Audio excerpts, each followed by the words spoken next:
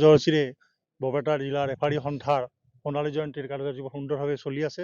ৰাতিপুৱাৰ সময়ত বৃক্ষৰোপণ, তাৰপিছত আমাৰ স্মৃতি তৰ্পণ অনুষ্ঠানৰ পিছত আমাৰ অন্তৰংগ আলাপ চলি আছে। এই অন্তৰংগ আলাপৰ পিছতে আমাৰ মুকলি সভা অনুষ্ঠিত হ'ব আৰু মুকলি সভাত আমাৰ কেন্দ্ৰীয় আমাৰ ৰাজ্যিক মন্ত্ৰী ৰঞ্জিত দাসো উপস্থিত থাকিব। ইয়াৰ উপৰি আমাৰ মুকলি সভাৰ পিছত আমাৰ স্মৃতিকণ্ঠ অনুষ্ঠান কৰিম। স্মৃতিকণ্ঠৰ পিছত আমাৰ সাংস্কৃতিক সন্ধিয়া আয়োজন কৰিছোঁ। গতিকে বৰ সুন্দৰভাৱে অনুষ্ঠানসমূহ চলি আছে। আশা কৰোঁ এই বৰপেটা জিলাৰ ৰেফাৰী সন্থাৰ বৰ সুকলমে এই সোণালী জয়ন্তী পাৰ হ'ব বুলি মই আশা কৰিছোঁ।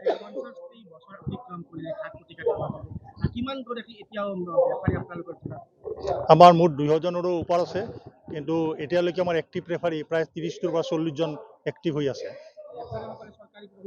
কোনো ধৰণৰ এতিয়ালৈকে চৰকাৰে সুবিধা পোৱা নাই। এতিয়ালৈকে চৰকাৰে এটা নিয়ম বান্ধি দিছে আজি কিছু বছৰ আগৰ পৰা যে ক্ৰীড়া পেঞ্চনটো সম্পূৰ্ণৰূপে বাদ দিয়াহেন হৈছে। এতিয়া ক্ৰীড়া পেঞ্চনটো যিবিলাক মানে ইণ্টাৰনেশ্যনেল মানে খেলুৱৈসকল যিবিলাকে মেডেল পায় তেওঁলোককে বেছি গুৰুত্ব দিয়ে। বাকীবিলাকক কোনো ধৰণৰ ক্ৰীড়া সংগঠক বা ৰাজ্যিক খেলুৱৈসকলক বা বহুতো ৰাজ্যিক খেলুৱৈ এতিয়াও আছে, এতিয়ালৈকে কোনো ধৰণৰ বা ক্ৰীড়া প্ৰেমী ৰাইজ যিবিলাক আছে আমাৰ ক্ৰীড়াৰ লগত জড়িত তেওঁলোক এতিয়ালৈকে কোনো ধৰণৰ আমাৰ ক্ৰীড়া পেঞ্চন দিয়াৰ ব্যৱস্থা কৰা নাই। মই অচিৰেই চৰকাৰক আবেদন কৰোঁ যাতে অচিৰেই এই ক্ৰীড়া পেঞ্চনৰ যি ব্যৱস্থাটো কৰিব লাগে, কাৰণ 21 চনৰ পৰা এইটো কমপ্লিট বন্ধ হৈ আছে। গতিকে মই আশা ৰাখিছোঁ চৰকাৰক বাৰম্বাৰ অনুৰোধ জনাইছোঁ যে এইটো যাতে অচিৰেই মুকলি কৰি দিয়ে, কাৰণ অইনবিলাকৰ যিবিলাক আমাৰ সাংস্কৃতিকৰ ক্ষেত্ৰতে হওক বা যিবিলাকৰ ক্ষেত্ৰতে হওক সেইবিলাক এতিয়াও কোনো ধৰণৰ ক্ৰীড়া পেঞ্চন বন্ধ কৰা নাই। অকল ক্ৰীড়াৰ ক্ষেত্ৰত এইটো কিয় বাধা আৰোপ কৰিছে সেইটো চিন্তনীয় বিষয় হৈ পৰিছে।